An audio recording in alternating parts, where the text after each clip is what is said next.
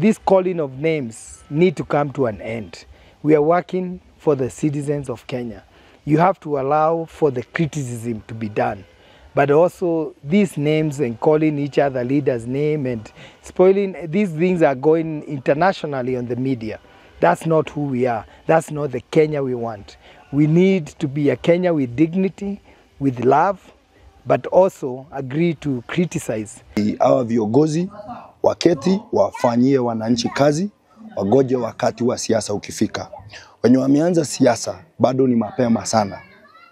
Hii ni wakati ya kufanyia wajiko kazi, na tunaomba sana sisi kama wananchi tusifuate tu ile maneno wanasiasa wanasema, maneno ya kutupiganisha, maneno ya kutusi watu, maneno mala ya vita za kikabila. Sisi tunasema tukae na amani, tufanye kazi, na wale viongozi ambao wanafanya kazi wakati wa kura ikifika, wajiko ama mwananchi atamshikilia na atamfanya akuwe kiongozi